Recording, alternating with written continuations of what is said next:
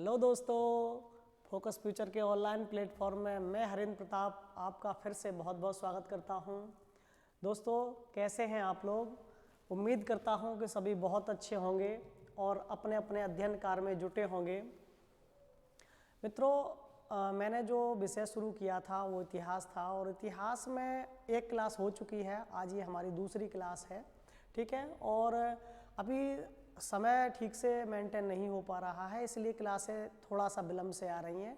अभी मैं कोशिश करूँगा कि प्रतिदिन क्लास आ पाए, ठीक है ना। चलिए, तो ज़्यादा बातें न करते हुए प्रारंभ करते हैं क्लास को। देखो बेटा, मैंने जो आपको बताया था कि इतिहास में जो काल हैं, हम लोग कालों पे चल रहे थे, काल की बात कर रहे थे और यहाँ मैंने आपको युग बता दिए थे, ठीक है नहीं। और मैंने कहा था कि युग जो होते हैं वो दो प्रकार से उनको पढ़ा जाता है। एक जो मत है युगों को पढ़ने का वो है बेटा पौराणिक मत। और पौराणिक मतों से जो युग हैं चार, उन युगों के हम पढ़ चुके थे, जिनमें हमने पढ़े थे सतयुग, त्रेता, द्वापर और कलयुग। और मैंने कहा था कि जो वैज्ञानिक मत है, वैज्ञानिक मत भी चार ही युग बताता है, लेकिन उसका विस्तार थोड़ा सा अलग है वैज्ञानिक मतों का। तो आज हम उस विस्तार को सीखेंगे। अगर आपने बुकें पढ़ी होंगी, किताबें पढ़ी होंगी बेटा, तो आपको ऐसा एक जटिल सा मैटर लगता है कि पता नहीं ये कैसे इनको डिवाइड किया गया है, कैसे कैसे बांटा गया है। तो आप समझिएगा, ध्यान से समझेंगे तो ये आसानी से समझ में आ जाएगा, कोई कठिन चीज़ नहीं है, ठीक है। देखिए, सबसे पहले अगर आप स्क्रीन पर देख रहे होंगे, ये युगों का वैज्ञानिक आधार पर विभाजन है, ठीक है नहीं। एक वैज्ञानिक थे कास्ते द बफन, जिनका नाम था बेटा, एक वैज्ञानिक का नाम मैं लिखता हूँ, वैज्ञानिक थे कास्ते द बफन। कास्ते द बफन ने ये इस तरह से बांटे हैं, इस तरह से डिवाइड किए हैं। अच्छा देखो, सही मायने में ये सब भूगोल से है, ठीक है नहीं। वैसे मुझे इतना यहाँ नहीं बताना चाहिए, लेकिन बार बार कहाँ बताता रहूँगा, इसलिए मैंने पूरी अभी एक ही स्लाइड में सबको कवर कर लिया है। तो आप देखें, ध्यान दें बेटा। देखो, वैज्ञानिक आधार पर अगर युगों की बात करें तो युग चार ही हैं। अब इनको बांटा कैसे कैसे गया है वो समझिए। सबसे पहले अगर बात करें तो एरा, आप लोग यहाँ पे देख पा रहे होंगे, ये जो लिखा हुआ है, एक शब्द लिखा हुआ है बेटा एरा। एरा का यहाँ जो अर्थ होता है वो होता है कल्प। एरा का अर्थ क्या है? कल्प है, ठीक है ना। तो एराओं की बात करें, कल्प कितने हैं, ठीक है नहीं। तो वैज्ञानिकों का मत है बेटा कि कल्प जो है वो अब तक कुल मिलाकर 5 कल्प हुए हैं, ठीक है। 5 कल्पों में देखें तो ये पहला हो गया आपका प्री पैलियोजोइक कल्प, दूसरा हो गया पैलियोजोइक कल्प, तीसरा हो गया मीसोजोइक कल्प, अगला हो गया बेटा सिनेजोइक कल्प, और एक और है ये आपका नियोजोइक कल्प, ठीक है नहीं। बहुत सी बुकों में ये नहीं मिलेगा आपको, बहुत सी बुकों में केवल आपको ये 4 ही पढ़ने को मिलेंगे, पर 5वां ये भी एक कल्प है, ठीक है। तो समझ गए होंगे एरा या कल्प कितने हैं। कल्पों की बात करें तो 5 हैं, पर बेटे हम युगों की बात कर रहे थे। तो युगों को वैज्ञानिक कहते हैं कि जो युग हैं, जिनको एपोच कहा जाता है बेटा, वो कितने हैं? तो वो 4 ही हैं। मैंने कहा था आपको कि चाहे पौराणिक मत हो चाहे वैज्ञानिक मत हो, युगों की संख्या केवल बेटे 4 ही है, युग 4 ही है, ठीक है। अब देखिए, यहाँ देखें ध्यान से। तो ये लोग कहते हैं कि जो प्री पैलियोजोइक है, इसको युग की संज्ञा देते ही नहीं। वो कहते हैं कि ये कहाँ युग है, अरे ये तो वो काल है जिसमें पृथ्वी का निर्माण हुआ था, तो कहाँ से युग हुआ, ठीक है नहीं। तो वो लोग इसको युग ही नहीं मानते। वो कहते हैं युग की जो शुरुआत है वो शुरुआत होती है पैलियोजोइक से। ये बेटा इसको प्रथम युग मानते हैं। पैलियोजोइक को क्या मानते हैं? ये कहते हैं कि प्रथम युग जो है वो पैलियोजोइक है, और मीसोजोइक को कहते हैं कि ये द्वितीय युग है, और तृतीय युग मानते हैं बेटा सिनेजोइक को, और नियोजोइक को मानते हैं ये चतुर्थ युग। इस तरह से वैज्ञानिक मत है कि जो युग हैं वो कितने हैं? 4 हैं, ठीक है। अब देखो, कुछ बातें और हैं इसमें।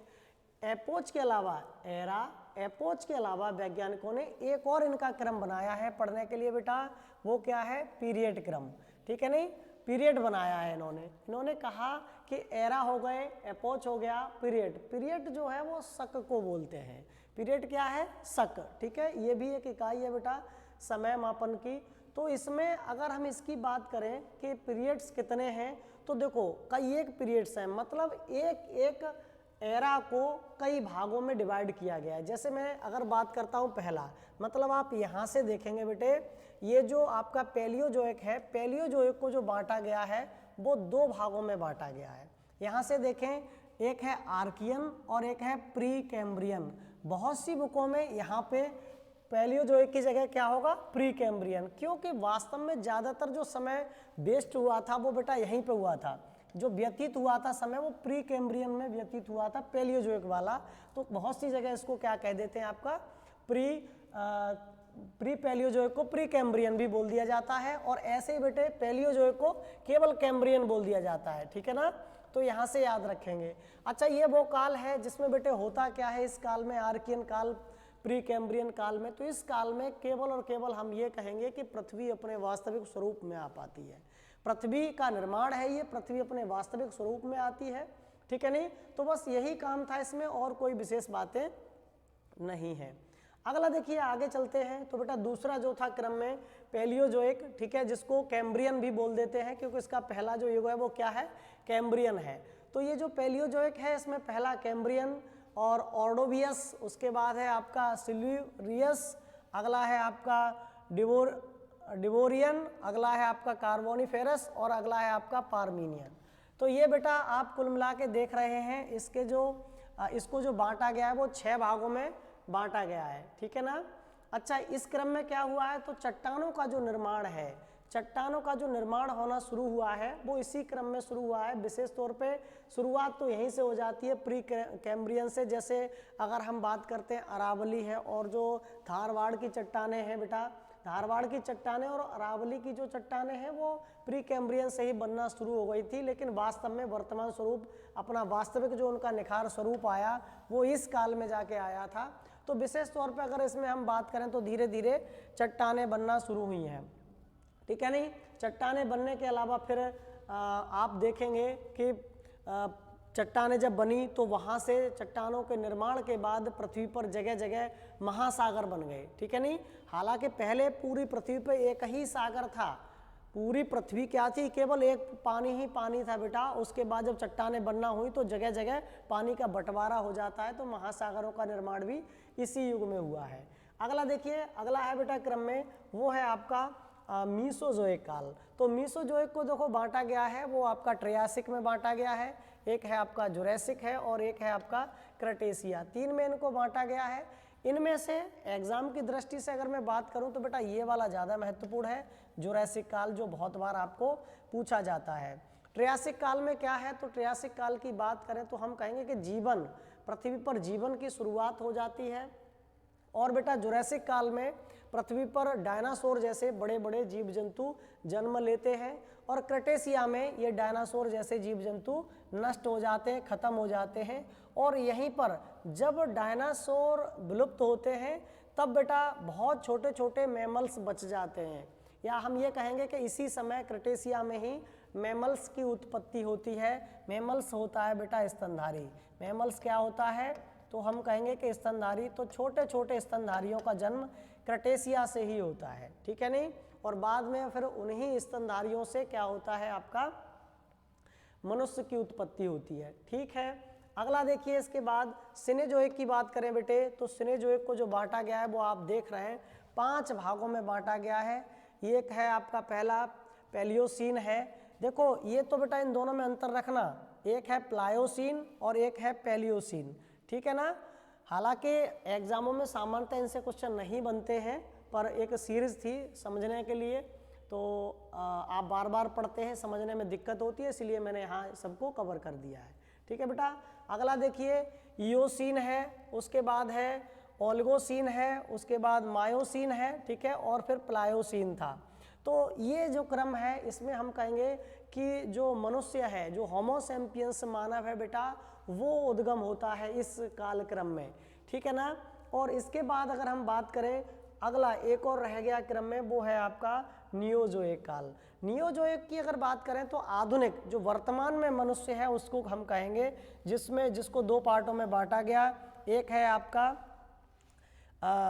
प्लीस्टोसीन, इसको बेटा हेमयुग भी बोलते हैं, कई एक जगह ये आ जाता है हेमयुग कि आधुनिक मानव की शुरुआत या आधुनिक मानव का विकास, तो आप कहेंगे वो बेटा हिमयुग है। और एक है आपका होलोसीन, एक कौन सा है आपका होलोसीन है, ठीक है ना। तो ये आपको याद रखने हैं, ठीक है, कभी कभी आ जाता है इनमें से। देखो ये बहुत आता है पेपरों में, ये वाला एक आपको जुरैसिक काल, एक ये वाला कैम्ब्रियन, तो इन पे विशेष दृष्टि रखना, ठीक है बेटे।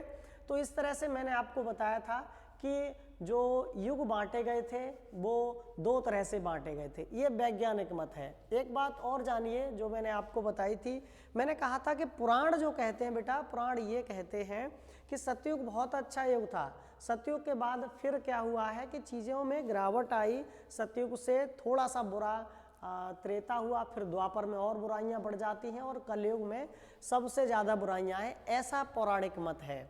अगला देखिए बेटा, अगर हम बात करते हैं वैज्ञानिक मतों की, तो विज्ञान वाले ये जो युग हैं वो ये बताते हैं कि सबसे जो बेकार काल था, सबसे जो बुरा काल है वो प्री पैलियोजोइक है, क्योंकि इस काल में कुछ था ही नहीं, पृथ्वी बिल्कुल वीरान थी, केवल निर्माण हुआ है पृथ्वी का।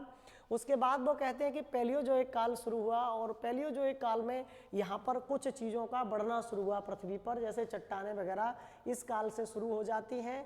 और अगर बात करें पैलियोजोइक के बाद मीसोजोइक में और चीज़ें बढ़ती हैं, फिर मनुष्य का उदय हो जाता है और धीरे धीरे मनुष्य वृद्धि कर रहा है। मतलब हम ये कह सकते हैं कि यहाँ पे मनुष्य बिल्कुल जीरो की स्थिति में था और धीरे धीरे बढ़ना शुरू होता है बेटा, और नियोजोइक में जाके मनुष्य क्या हो जाता है, सबसे ज़्यादा संपन्न हो जाता है। तो जो विज्ञान की दृष्टि से अगर हम देखें तो जो आधुनिक काल है वो सबसे अच्छा काल है, ठीक है नहीं। तो ये अपने अपने मानने हैं और आप इस बात को खुद समझ सकते हैं कि क्या ज़्यादा सही है। अगला देखिए बेटा, अगली अगर बात करें अब, तो हम जो पढ़ने वाले हैं क्रम में, वो मैंने आपको बताया कि किस तरह से मनुष्य का उदय होता है। तो अब हम जो पढ़ेंगे वो मानव विकास पढ़ते हैं, ठीक है। तो आप अगली स्लाइड को देखिए क्रम में। देखिए अगला है बेटा पृथ्वी पर मानव। पृथ्वी पर मानव या मानव का जो क्रमिक विकास है वो किस तरह से, ये हम पढ़ने वाले हैं इसमें, ठीक है। तो अगला जो टॉपिक है, अगला जो पॉइंट है, क्योंकि पृथ्वी पर सारी चीज़ों का जब निर्माण हो जाता है तब बेटा मनुष्य का उदय होता है। और कैसे कैसे होता है मनुष्य का उदय वो समझिएगा। देखिए मनुष्य के उदय की अगर बात करें तो मैंने अभी आपको बताया था कि जुरैसिक काल में डायनासोर होते हैं, और डायनासोर जो नष्ट होते हैं बेटा, वो उल्का पिंड, कोई एक उल्का पिंड गिर जाता है मैक्सिको की खाड़ी में, और उस वहाँ पे जहाँ मैक्सिको की खाड़ी है उस जगह पे, वहाँ पे गिरने से, उल्का पिंड के गिरने से तापमान बढ़ जाता है, और तापमान बढ़ने से क्या हुआ कि धीरे धीरे वो जो जीव जंतु होते हैं वो समाप्त हो जाते हैं। और इस विस्फोट में जब जीव जंतु समाप्त होते हैं तो केवल वही जीव जंतु यहाँ बच पाते हैं जिनका वजन कितना था बेटे, 30 किलो। जिनका वजन कितना था, 30 किलो या 30 किलो से कम था, केवल ये जीव जंतु बच जाते हैं। अच्छा, और जीवन जो रह जाता है इस विस्फोट के बाद वो केवल रह जाता है बेटा 5%, लगभग 5% जीवन शेष रह जाता है इस विस्फोट के बाद, इस उल्का पिंड के पृथ्वी से टकराने के बाद, ठीक है बेटा। अच्छा, ये जो 5% जीवन है ये भी बहुत जल्दी नष्ट हो जाता है। उसका कारण था क्योंकि जब उल्का पिंड गिरा तो पृथ्वी का जो तापमान था वो बेटे एकाएक बढ़ गया, 100 से 120 डिग्री तक हो गया। इससे क्या थे कि जो पेड़ पौधे थे और जो वनस्पतियां थी वो नष्ट हो गई। अब नष्ट होने से जो जीव शेष बच गए थे बेटे, 30 किलो या उससे कम वजन के जीव, उनका क्या हुआ, वो फिर भूखे मर गए, भूख से मर गए। और ऐसी कंडीशन में पृथ्वी पर जो बचे शेष वो बेटा केवल आप कहेंगे 0.1% जीव शेष बचे, और ये जो 0.1% जीव थे बेटे ये मेमल्स थे। कौन थे ये जीव? ये जीव मेमल्स थे, जिन जीवों को कहा जाता है बेटा स्तनधारी। ये क्या थे? हिंदी में इसको बोलते हैं स्तनधारी। तो ये स्तनधारी जीव थे मेमल्स, जो बहुत छोटे छोटे थे, जैसे अभी वर्तमान में हम कहें तो छछूंदर जो होता है इसके जैसे थे बिल्कुल, ठीक है नहीं, तो बहुत छोटे छोटे थे और ये बिलों में छुप जाते थे, इसीलिए ये लोग जीवित बच गए, ठीक है नहीं। और इनके जीवित बचने के बाद बेटा क्या होता है कि फिर इनमें धीरे धीरे वक्त के अनुसार परिवर्तन होता है। वक्त के अनुसार इन्हीं मैमल्स में क्या होता है, परिवर्तन शुरू होता है, ठीक है। और जो परिवर्तन है वो दर पे दर बढ़ता जाता है, वक्त के साथ साथ बढ़ता जाता है और ये विकसित होते चले गए।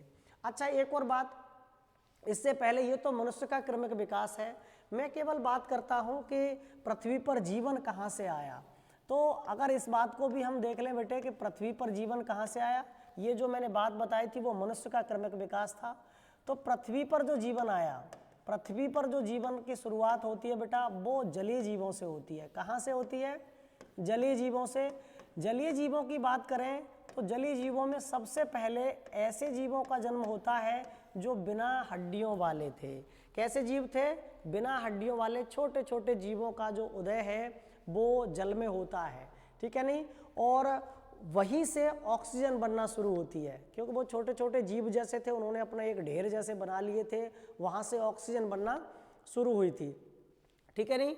तो याद रखिएगा। और ये यही जो छोटे छोटे जीव थे वो कुछ समय बाद बन जाते हैं बेटा कशेरुकी जीवों में बदलते हैं, और ये कशेरुकी जीव धीरे धीरे मछलियों में बदलते हैं। और उनमें से बेटा एक कुछ प्रजाति ऐसी थी मछलियों की जो बाहर जल से बाहर निकलने का प्रयत्न करती थी और धीरे धीरे वो सरीसृप में बदल जाती हैं। और मैंने बताया वो जो सरीसृप थे बेटा वो डायनासोर में बदल गए थे, ठीक है नहीं। तो इस तरह से पृथ्वी पर जीवन की शुरुआत हुई। आपको पूछा जाता है कि पृथ्वी पर जीवन की शुरुआत कहाँ से है, तो आप कहेंगे जलीय जीवों से है, ठीक है नहीं। तो और वो भी कैसे जलीय जीव, तो सूक्ष्म जलीय जीव सबसे पहले आए थे पृथ्वी पर, ठीक है ना, याद रखिएगा इसको। अगला देखिए मनुष्य के क्रमिक विकास में, तो मैंने बताया था यहाँ पे ये मेमल्स जो स्तनधारी था बेटा, धीरे धीरे ये जो स्तनधारी थे उन्होंने क्या किया कि इनमें जब विकास शुरू हुआ तो एक जगह थी, अगर हम बात करें तो अफ्रीका में एक जगह है रिफ्ट वैली। अफ्रीका में एक जगह थी बेटा रिफ्ट वैली। रिफ्ट वैली से सबसे पहले मनुष्य का उदय माना जाता है। रिफ्ट वैली अफ्रीका से सबसे पहले मनुष्य का उदय माना जाता है। और उसमें ये कहा जाता है कि जो मनुष्य उदय हुआ वो मैमल्स बदल गया प्राइमेट में। जो मैमल्स था वो प्राइमेट में बदल गया। आप इसको ऐसे कह सकते हैं कि मैमल्स स्तनधारी था, ये जो छोटा स्तनधारी था वो एक समय बाद बंदरों में कपी में बदल गया था। किस में बदल गया था, तो आप याद रखेंगे बेटा ये जो मैमल्स था वो कपी में बदल गया, बंदर में बदल गया। इन बंदरों को प्राइमेट्स कहा गया था, जो कहाँ हुआ करते थे बेटा, अफ्रीका में थे। ये अफ्रीका में थे। जब ये बदला था तो प्रारंभ में ये पेड़ों पर रहते थे। ये जो बंदर थे, जो प्राइमेट्स थे, वो पेड़ों पर निवास करते थे। जैसे जैसे परिवर्तन हुआ, हरियाली पेड़ों पर ख़त्म हुई, तो इन्होंने भोजन का अभाव होना उत्पन्न हुआ। तो इन्होंने क्या किया बेटा, पेड़ों से उतरकर ज़मीन पर चलना शुरू किया। और ज़मीन पर जिस मानव ने चलना शुरू किया बेटा, ठीक है नहीं, वो कहलाया होमोनिड्स। तो याद रखिएगा कि प्राइमेट्स के बाद प्राइमेट्स किस में बदल गया, होमोनिड्स में। एक बार क्रम से देख लीजिएगा। सबसे पहले बेटा मैमल्स था। क्या था सबसे पहले, मैमल्स। और मैमल्स किस में बदला, प्राइमेट्स में। किस में बदला, प्राइमेट्स में। ये प्राइमेट्स क्या था, ये प्राइमेट्स बेटा बंदर या कपी थे। कौन थे, बंदर या कपी थे। और उसके बाद फिर आया बेटा होमोनिड्स, जो अफ्रीका की घाटी में जन्म लेने वाला पहला मानव था। तो याद रखिएगा मनुष्य का जन्म पृथ्वी पर कहाँ से है, तो वो है बेटा रिफ्ट वैली, अफ्रीका से। अच्छा, एक बात और जानिए, अब मनुष्य को जब भी पढ़ा जाता है तो हर बार मैंने जैसे कहा होमोनिड्स, ये होमो ऑस्ट्रेलोपिथेकस, होमो, ये जो होमो शब्द है, ये बेटा जो होमो शब्द है यहाँ से कुछ चीज़ें आ जाती हैं एग्जाम में, वो समझिए। सबसे पहले जानिए ये जो होमो शब्द है ये किस भाषा का शब्द है, तो होमो शब्द बेटा एक भाषा है, लालिनी भाषा। क्या है, लालिनी भाषा। तो लालिनी भाषा का शब्द है ये, जिसका अर्थ होता है मानव। लालिनी भाषा का शब्द है ये, जिसका अर्थ क्या है, मानव है, ठीक है ना, याद रखिएगा इसको। तो देखिए होमोनिड्स पहला मानव है बेटा, जिसका जन्म अफ्रीका की घाटी में होता है। अगला इसके बाद विकास क्रम दर क्रम चलता रहता है बेटा। हाँ, एक बात ये बिल्कुल ठीक है कि उसमें परिवर्तन आने में सालें लग जाती हैं, लाखों सालें लगती हैं, ठीक है नहीं। वही था धीरे धीरे जो होमोनिड्स था बेटा, ठीक है, वक्त के साथ साथ परिवर्तन हुआ और वो बदल गया ऑस्ट्रेलोपिथेकस में। ये पहला मानव था बेटा जो सीधे चलता था, ठीक है। ये वो मानव है जो अफ्रीका में जन्म लेता है लेकिन पेड़ों पर रहता है, होमोनिड्स। और ये वो मानव है पिथेकस वाला जो बेटा पहले जमीन पर उतरकर सीधा चलना शुरू हुआ। इसके बाद है बेटा होमो हैबिलस। अगला मानव कौन सा था क्रम में?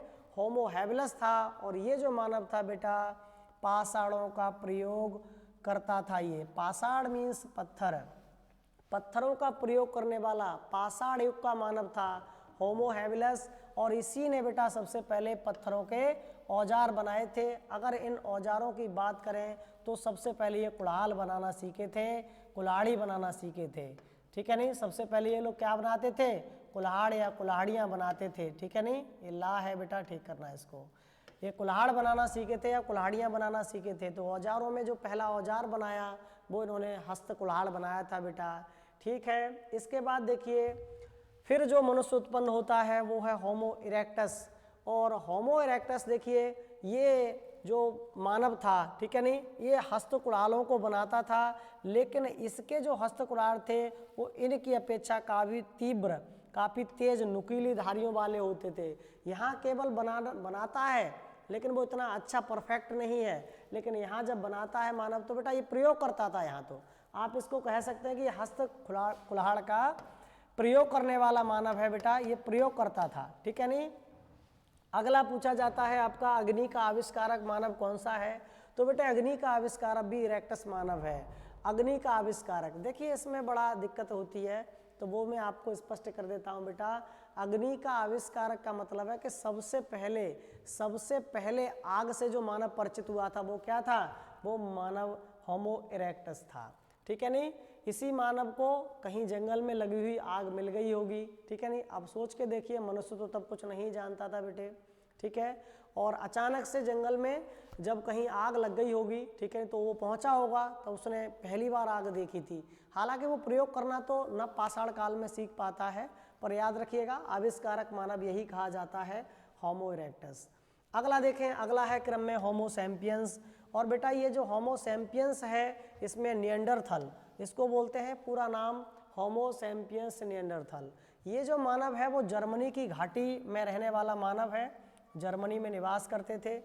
अच्छा, उसका कारण ये है कि धीरे धीरे मनुष्य ने क्या किया, अफ्रीका से इधर उधर पलायन करना शुरू किया। वक्त के साथ साथ बदलते रहे, खान पान की जैसे जैसे उनको ज़रूरत होती गई वैसे वैसे वो अपनी स्थितियों के अनुरूप जाने के लिए, ढलने के लिए स्थान बदलते रहे, ठीक है ना बेटा।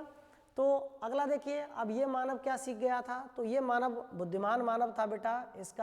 इसमें दिमाग कुछ मायने में विकसित हो चुका था और ये क्या करता था, अपने पूर्वजों का दाह संस्कार करना सीख गया था। तो एग्जाम में पूछ लेता है इसको, निएंडरथल को, तो याद रखना है आपको। अगला देखिए इसके बाद है आपका होमो सैपियंस क्रो-मैग्नन। ये जो होमो सैपियंस क्रो-मैग्नन मानव है बेटा, ये मानव ही आधुनिक मानव है, ठीक है नहीं, आधुनिक मानव है। और इसको होमो सैपियंस क्रो-मैग्नन मानव को जो बांटा गया है वो बेटे 3 तरह से बांटा गया है। मैं आपको अभी बताता हूँ इसको कैसे कैसे बांटा गया है, तो आप यहाँ से देखिएगा। इस मानव को, क्रो-मैग्नन मानव को 3 तरह से बांटा गया और वो 3 तरह हैं। पहला है इसमें बेटा क्रम में अगर हम बात करें तो ध्यान दीजिएगा, पहला जो मानव है वो है आपका काकेकस। काकेकस मानव है पहला, काकेकस मानव के बाद क्रम में अगर हम देखें तो दूसरा मानव है बेटा मंगोलियाड। कौन सा है? मंगोलियाड है। और मंगोलियाड के बाद अगर हम तीसरे की बात करते हैं बेटे तो तीसरा नीग्रो है। कौन है तीसरा? तीसरा नीग्रो है।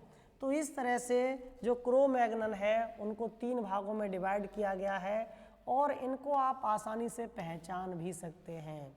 सबसे पहले अगर हम देखें तो बेटा इनको कलर के आधार पर, रंग के आधार पर विभेद किया जा सकता है। जैसे काकेकस है, इसको कहा जाता है गोरी चमड़ी के लोग हैं ये, अंग्रेज जिनको बोलते हैं बेटा, गोरी त्वचा है इन लोगों की। मंगोलियाड वालों की बात करें तो उनकी पीली त्वचा है। कैसी त्वचा है? पीली त्वचा के लोग हैं ये, पीले त्वचा है इनकी, ठीक है नहीं। और त्वचा बेटा खाल होती है, ठीक है, तो पीली त्वचा है और जो नीग्रो है ये काली त्वचा वाले मानव हैं। इनकी त्वचा बेटा काली होती है। तो ध्यान दीजिए, देखो अगर काकेकस की बात करें तो ज़्यादातर जो अंग्रेज़ हैं, जैसे यूरोप में देखें, अगर हम अमेरिका में देखें, ठीक है नहीं, तो वहाँ जो ज़्यादातर मानव हैं वो कैसे हैं आपके काकेकस वाले हैं, गोरी चमड़ी के हैं। ऑस्ट्रेलिया में देख लो, ठीक है ना। इसके अलावा मंगोलियाड की बात करें तो पीले वाले मानव कौन है? तो बेटा अगर हम बात करते हैं चीन के लोग, कोरिया के लोग, जापान के, आपके करीब देखिए तिब्बत, नेपाल, यानी इनकी त्वचा है, ये गोरे तो होते हैं पर हम इनको गोरे नहीं कह सकते, इनको पीले कहेंगे। इनकी त्वचा का जो रंग है वो पीला होता है। और निग्रोड की बात करें तो बेटा जिनकी त्वचा बहुत ज़्यादा काली होती है वे लोग कौन है? वो निग्रो वाले लोग होते हैं, ठीक है। अगर ऐसे ही है, अगर हम बालों की बात करें तो बालों से विभेद कर सकते हैं इनको, ठीक है बेटा। इनमें अंतर करने के कई चीज़ें हैं। मुखाकृतियों से आप अंतर कर सकते हैं, जैसे कहीं देखा होगा आपने, अगर हम काकेकस की बात करें तो मुखाकृति लंबे मुखाकृति के लोग हैं, ठीक है नहीं, लंबी नाक होती है इन लोगों की। मंगोलियाड वालों की बात करें तो उभरा हुआ माथा होता है इनका, धसी हुई आंखें होती हैं। निग्रोड की बात करें बेटा तो इनके ओठ काफ़ी मोटे मोटे होते हैं, ठीक है नहीं, चौड़ा मुंह होता है। तो इस तरह से कई सारी तरह से आप इनमें विभेद कर सकते हैं, ठीक है नहीं बेटा। तो ये जो है आपका वो तो था मानव क्रमिक विकास, ठीक है ना। और इसके बाद अब हम वापस चलते हैं आपके प्राक ऐतिहासिक काल पर, जो पहला पॉइंट था, तो वहाँ से शुरुआत करता हूँ बेटा, ठीक है नहीं। देखें आगे ध्यान से,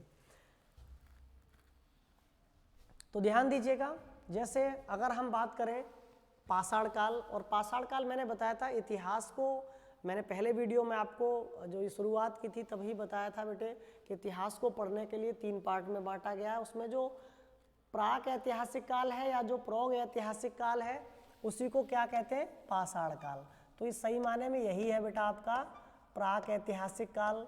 प्राक ऐतिहासिक काल ये वो काल है जहाँ भाषा लिपि कुछ भी नहीं था, प्राक ऐतिहासिक काल, ठीक है नहीं। केवल विद्वानों का एक अनुमान मात्र है और एक संभावना व्यक्त की गई कि मनुष्य कैसे कैसे रहता था, ठीक है नहीं। जैसे देखिए अगर बात करें इसको तो पाषाण काल इसलिए कहा गया इस काल को बेटा क्योंकि यहाँ पे पूरी तरह से जो मानव था वो पत्थरों का प्रयोग करता था, पत्थरों में रहना था, पत्थरों के हथियार बनाना था, सारी चीज़ें पत्थरों से थी, उसका ज़्यादातर उपयोग में पत्थर ही आते थे, इसलिए इसको पाषाण काल कहा गया। पाषाण काल को मैंने बताया आपको पढ़ने के लिए बेटा 3 भागों में बांटा गया, जिनमें आप देखेंगे पुरा पाषाण काल, मध्य पाषाण काल और नव पाषाण काल है। अच्छा, इसमें मनुष्य की कुछ कार्य बताते हैं क्या क्या करते थे। तो देखिए बेटा सबसे पहले पुरा पाषाण काल का जो मानव है वो पूरी तरह से आखेट पर जीवित होता है। हम कहेंगे आखेट का मतलब है बेटा शिकार, अर्थात वो केवल और केवल शिकार पर डिपेंड था, शिकार करता था, ठीक है। और इसको एक और शब्द कहेंगे हम कि संग्राहक मानव था। संग्राहक का मतलब है बेटा भोजन की तलाश में घूमने वाला मानव, केवल उसका वही जीवन था, सुबह उठना है, बस खाने की तलाश में घूमना है, अगर कहीं कोई पशु पक्षी मिल गया तो उसको मारना है और खाना है, बस यहाँ इतना ही सोचता था, ठीक है ना। अगला देखिएगा, धीरे धीरे उसमें परिवर्तन आता है और मनुष्य में जब बदलाव आता है तो बेटा इसी काल में अग्नि का आविष्कारक कहलाता है, जो मैंने अभी बताया था इरेक्टस मानव, अग्नि का आविष्कार हो जाता है।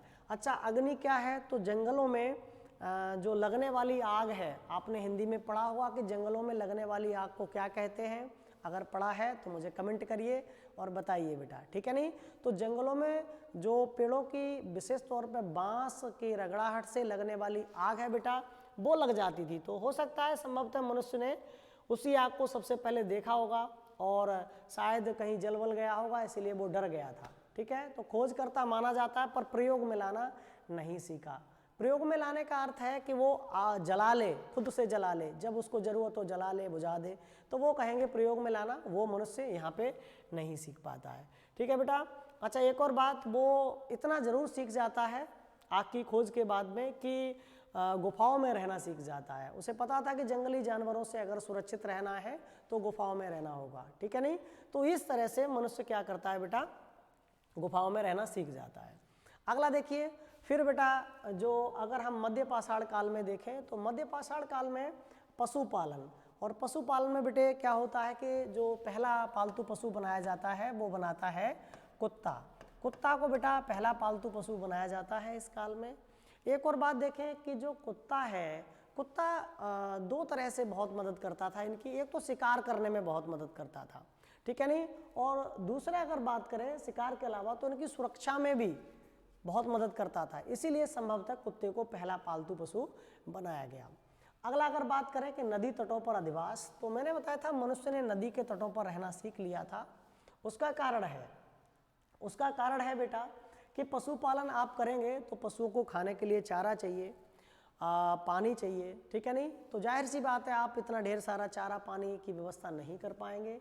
इसलिए मनुष्य ने क्या किया था, धीरे धीरे जहाँ जल की व्यवस्था थी, जहाँ नदियाँ थीं, उनके किनारों पर रहने लगा, ठीक है नहीं, और वहीं अपनी घर बना लिए थे। अच्छा, ये जो मनुष्य था अब तक का बेटा, ये इधर उधर जाता था। जैसे आज इस नदी के किनारे है, अगर यहाँ से चारा खत्म हो जाता है तो वो दूसरी नदी के किनारे चला जाता है, ठीक है नहीं। इस तरह से वो अपने स्थान बदलता रहता है, लेकिन इस काल में भी शिकार करता रहता है, ठीक है, पर स्तर थोड़ा सा कम हो गया था।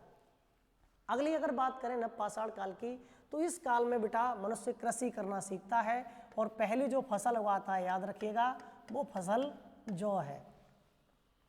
जौ बेटे इसमें पहली फसल है।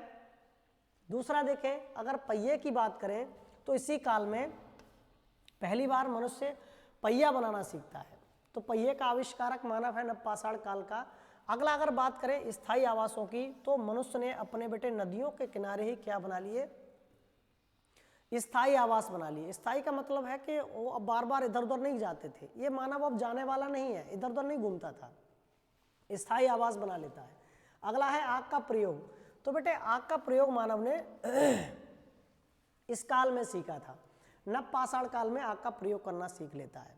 एक और बात जानिए, जब मनुष्य ने बेटा स्थायी रहना शुरू कर दिया, उसने अपने स्थायी आवास बना लिए, तो जगह जगह जब वो स्थायी आवास बनाना सीख गया, स्थायी आवास धीरे धीरे जनरेशन बढ़ती गई, उनकी संख्या बढ़ती गई, और संख्या के बढ़ने से धीरे धीरे फिर बनी सभ्यताएं, ठीक है ना। फिर सभ्यताएं बनती हैं बेटा। तो जो सभ्यताएं हैं, इन सभ्यताओं की अगर हम बात करते हैं तो प्रमुख तौर पे 4 सभ्यताएं हैं। सभ्यताओं में देखें सभ्यताओं में अगर देखें तो विश्व की जो सबसे पुरानी सभ्यता है बेटे, मिस्र की सभ्यता है। उसके बाद आप पढ़ते हैं तो मेसोपोटामिया की सभ्यता, चीन की सभ्यता और सिंधु घाटी की सभ्यता, ठीक है नहीं। तो ये धीरे धीरे जब मनुष्य ने स्थायी बस्तियों में रहना शुरू कर दिया, तो फिर धीरे धीरे वहाँ सभ्यताओं ने जन्म लेना शुरू किया। और सभ्यताओं को बेटे हम अगले वीडियो में पढ़ेंगे। तब तक के लिए धन्यवाद। अच्छा, आप लोग निरंतर जुड़े रहिए, अपना सहयोग बनाए रखें बेटा, ठीक है ना। और देखिए हमने अभी एक नया बैच शुरू किया है लेखपाल के लिए। उस बैच की टाइमिंग 9:30 बजे से है। तो जो लोग हमारे आसपास के हैं वो हमारे बैच में ऑफलाइन बैचों में ज्वाइन हो सकते हैं, ठीक है बेटा। धन्यवाद। और चैनल को सब्सक्राइब जरूर करें, क्योंकि आप लोगों के साथ साथ आपके मित्रों का भी भला होता रहे, ठीक है।